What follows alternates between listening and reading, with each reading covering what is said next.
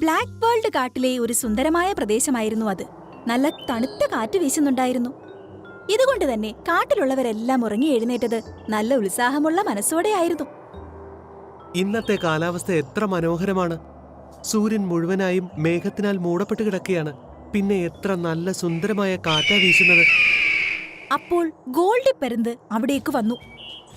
അരെ വാ, ഇന്ന് ഞാൻ മീനുവിന്റെ കുഞ്ഞിനെ എന്തായാലും തിന്നും. വേണ്ട പരുന്തേ, അങ്ങനെയൊന്നും ചെയ്യരുത്. മീനു തന്റെ കുഞ്ഞിനെയും ചിറകിനടിയിൽ ഇരുത്തി അതിനെയും കൊണ്ട് പറന്നുപോയി. പക്ഷേ പരുന്തും അവളെ പിന്തുടർന്നു. എന്നിൽ നിന്ന് രക്ഷപ്പെട്ട് എങ്ങോട്ടേക്കാ പോകുന്നത്? മീനു വളരെ നേരം അവനിൽ നിന്ന് രക്ഷ നേടാൻ പറന്നുകൊണ്ടേയിരുന്നു. പക്ഷേ അവൾ ക്ഷീണിതയായിരുന്നു. പിന്നെ ഒരു തണ്ണിമത്തന്റെ മരത്തിൽ ചെന്നിരുന്നു. എന്റെ ദൈവമേ, എന്നെ രക്ഷിക്കൂ. മീനു, നിങ്ങൾ വിഷമിക്കേണ്ട. ഞാനുള്ളപ്പോൾ നിങ്ങൾക്കും നിങ്ങളുടെ കുഞ്ഞിനും ഒന്നും സംഭവിക്കില്ല.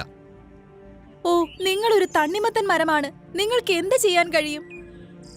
അപ്പോൾ ഗോൾഡി പരുന്ത് അവിടെ എത്തിച്ചേർന്നു. മീനു, ഇന്ന് നിങ്ങളുടെ കുഞ്ഞിനെ നിങ്ങളുടെ മുന്നിൽ വച്ച് തന്നെ ഞാൻ തിന്നും. ഗോൾഡി പരുന്ത് അതിനെ തിന്നാനായി പോവുകയായിരുന്നു. അപ്പോൾ തണ്ണിമത്തന്റെ വൃക്ഷം 2 തണ്ണിമത്തൻ താഴെയിട്ടു. ഗോൾഡി പരുന്ത് രണ്ടിന്റെയും അടിയിൽ അമർന്നു. അയ്യോ, ഇത് എവിടെ നിന്നാ വന്നത്? നീ അവിടെ നിൽക്ക്. ക്ലൈമാക്സ് ഇപ്പോഴും കഴിഞ്ഞിട്ടില്ല.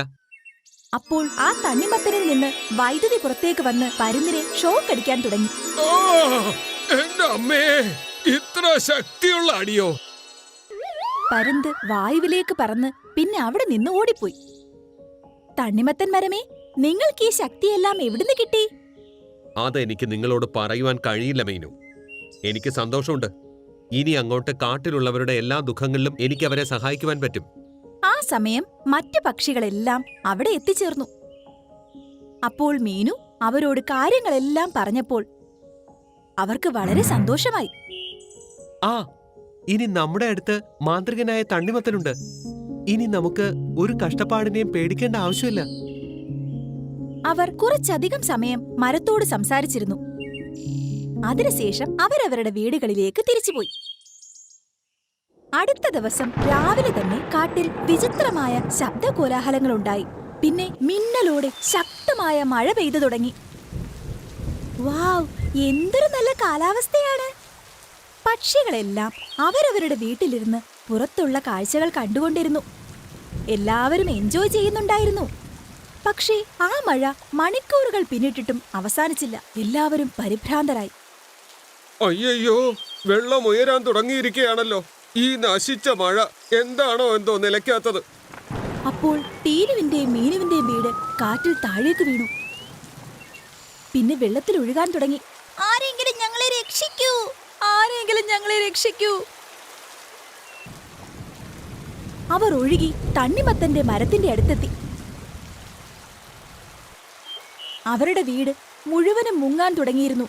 പക്ഷേ അപ്പോൾ പേടിക്കേണ്ട, ഞാൻ നിങ്ങളെ രക്ഷിക്കാം. തണ്ണിമത്തന്റെ മരം മാന്ത്രിക വിദ്യ കൊണ്ട് അതിന്റെ മുകളിൽ തണ്ണിമത്തനെ കൊണ്ടുള്ള 2 വീടുകൾ ഉണ്ടാക്കി. പിന്നെ അത് വെള്ളത്തിലൂടെ നീന്താൻ തുടങ്ങി. വേഗം ഈ വീടുകളിലേക്ക് കയറൂ. അവരിരുവരും സന്തോഷത്തോടെ തണ്ണിമത്തൻ വീട്ടിൽ പ്രവേശിച്ചു. വാവ്, ഈ വീട് എത്ര സുന്ദരമാണ്! പിന്നെ വളരെ സുഖപ്രദവും. അവരെ കണ്ട് മരത്തിന് വളരെ സന്തോഷമായി. ചിങ്കി പക്ഷിയും അവളുടെ ഭർത്താവും അവരുടെ വീട്ടിലിരിക്കുകയായിരുന്നു. അന്നേരം അയ്യോ, ചിങ്കി, എന്തു പറ്റി?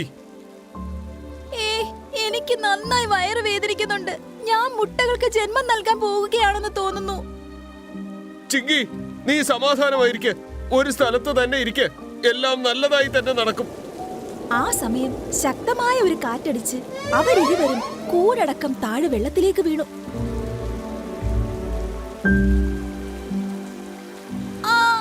നമ്മൾ വെള്ളത്തിലെത്തിയോ? ചിങ്കി, നീ പറക്കാൻ ശ്രമിക്ക്. ഒരുപക്ഷെ കൂട്ടിൽ വെള്ളം കയറിയാൽ നമ്മൾ മുങ്ങിപ്പോകും. ഇല്ല, എനിക്ക് പറക്കാൻ കഴിയില്ല. ആ സമയം രാമു ആനയും മഴയിൽ നിന്ന് രക്ഷ തേടാൻ ഓടുകയായിരുന്നു. വെള്ളം അവന്റെ അരയോളം നിറഞ്ഞിരുന്നു. അപ്പോൾ അവന്റെ കാല് ഒരു കുഴിയിൽ അകപ്പെട്ടു. അയ്യോ, എന്റെ കാലേ, ആരെങ്കിലും എന്നെ രക്ഷിക്കൂ! അവന്റെ നിലവിളി കേട്ട് ധാരാളം പക്ഷികളും മൃഗങ്ങളും അവിടെ എത്തിച്ചേർന്നു. എന്തുപറ്റി രാമു ആനെ? എന്റെ കാല് വെള്ളത്തിനടിയിൽ എവിടെയോ പെട്ടിരിക്കുക. എങ്ങനെയാ പുറത്തേക്ക് വരേണ്ടതെന്ന് മനസ്സിലാകുന്നില്ലല്ലോ. രാമു ആനെ, വെള്ളത്തിനടിയിൽ ഞങ്ങൾക്ക് പോകാൻ കഴിയില്ല. നീ ശക്തിയെടുത്ത് നല്ലവണ്ണം പരിശ്രമിക്കുക. അപ്പോൾ അവിടെ ശക്തമായ ഒഴുക്കുണ്ടായി. അതിൽ പുള്ളിപ്പുലിയും മാനും സീബ്രയും ഒഴുകിപ്പോയി.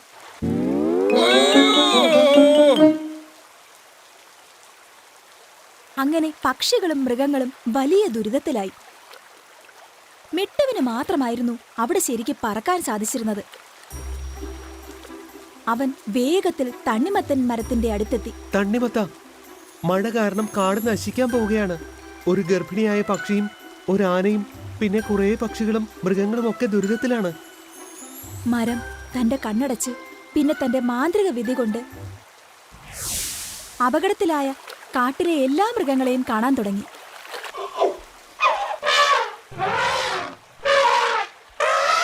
എന്റെ ദൈവമേ, ഇത് വളരെ വലിയ കുഴപ്പമാണല്ലോ.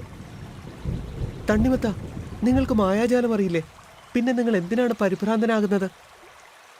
മരം എന്തോ ഒളിച്ചു വെക്കുന്നത് പോലെ ചിന്തിക്കാൻ തുടങ്ങി. തണ്ണിമത്ത, എന്താ ആലോചിക്കുന്നത്? മറ്റുള്ളവരെ സഹായിക്കാനായി എനിക്ക് ഈ ശക്തി കിട്ടിയത്. ഇന്ന് എനിക്ക് എന്റെ കാടിനെ രക്ഷിക്കുവാൻ കഴിയില്ലെങ്കിൽ എനിക്ക് എന്നോട് തന്നെ ക്ഷമിക്കാൻ കഴിയില്ല. പിന്നെ എന്റെ ശക്തികൾ കൊണ്ട് ഒരു പ്രയോജനവുമില്ലാതെയാകും. ഇത് പറഞ്ഞ് മരം തന്റെ കണ്ണുകൾ അടച്ചു. പിന്നെ തന്റെ മാന്ത്രിക വിദ്യ പ്രയോഗിക്കാൻ തുടങ്ങി. അവന്റെ കൊമ്പുകളിൽ ധാരാളം തണ്ണിമത്തൻ ഉണ്ടാവാൻ തുടങ്ങി. തണ്ണിമത്തനെല്ലാം വളരെ വേഗത്തിൽ സ്വയം നിലത്ത് വീഴാൻ തുടങ്ങി. അതിനുശേഷം അവ ഓരോന്നും വീടിന്റെ രൂപത്തിലേക്ക് വന്നു. ഇതെല്ലാം ഇപ്പോൾ തന്നെ ആപത്തിലകപ്പെട്ടിരിക്കുന്ന കാട്ടിലുള്ളവരുടെ അടുത്തേക്ക് എത്തിച്ചേരും. ഇത് കേട്ട് മിട്ടുവിന് സന്തോഷമായി. ചിങ്കി, അത് നോക്ക്, തണ്ണിമത്തൻ വീട്. അങ്ങനെ തണ്ണിമത്തൻ വീട് അവരുടെ കൂടിന്റെ അടുത്തെത്തിയപ്പോൾ അവർ അതിൽ കയറി. യാ! നന്ദിയുണ്ട് തണ്ണിമത്ത, നിങ്ങളാ നമുക്ക് ഈ വീട് തന്നത്. അങ്ങനെ മറ്റു 3 മൃഗങ്ങളുടെയും അടുത്ത് വലിയൊരു തണ്ണിമത്തൻ വീടെത്തി. എല്ലാവരും അതിൽ കയറി. അപ്പോഴും മരം വേറെയും തണ്ണിമത്തനുകൾ ഉണ്ടാക്കുകയായിരുന്നു. അവൻ ക്ഷീണിതനായിക്കൊണ്ടുമിരുന്നു. തണ്ണിമത്ത, നിങ്ങളുടെ ഇലയെല്ലാം പൊഴിയുകയാണ്. പിന്നെ ചില്ലകളും ക്ഷയിച്ചുകൊണ്ടിരിക്കുകയാണ്. ഞാൻ എന്റെ മുഴുവൻ ശക്തിയും ഉപയോഗിക്കുകയാണ്. അതുകൊണ്ടാണ് ഇങ്ങനെ സംഭവിക്കുന്നത്. പേടിക്കണ്ട, ഞാൻ എല്ലാവരെയും രക്ഷപ്പെടുത്തും. അവൻ തണ്ണിമത്തൻ ഉണ്ടാക്കിക്കൊണ്ടിരുന്നു. തണ്ണിമത്തന്റെ വീടുകൾ കൊണ്ട് കാട് നിറഞ്ഞു. ഇപ്പോൾ മൃഗങ്ങളും പക്ഷികളും എല്ലാം തണ്ണിമത്തൻ വീടിന്റെ അകത്താണുള്ളത്. മരത്തിന്റെ അവസ്ഥ വളരെ പരിതാപകരമായി തീർന്നു. തണ്ണിമത്ത, ഇനി മതിയാക്ക്. ഒരുപാടായി. ഇല്ല, എനിക്കിനി ഒരു ജോലി കൂടി ബാക്കിയുണ്ട്. പിന്നെ അവസാന തണ്ണിമത്തനുമുണ്ടായി. അതിന്റെ രൂപം സ്വയം വലുതായിക്കൊണ്ടിരുന്നു. എങ്ങനെയാണോ തണ്ണിമത്തൻ വലുതായിക്കൊണ്ടിരുന്നത്, അങ്ങനെ തന്നെ മരം ക്ഷയിച്ചുകൊണ്ടുമിരുന്നു. കുറച്ചു സമയത്തിനുള്ളിൽ ആ തണ്ണിമത്തൻ വളരെ വലുതായി. ആ സമയം മരം പൂർണ്ണമായും ക്ഷയിച്ച് കടപുഴകി വെള്ളത്തിലൊഴുകി.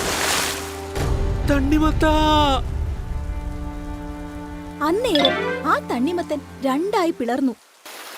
എന്നിട്ട് കാട്ടിലെ വെള്ളം മുഴുവനും സ്വയം അതിനുള്ളിലേക്ക് വലിച്ചു.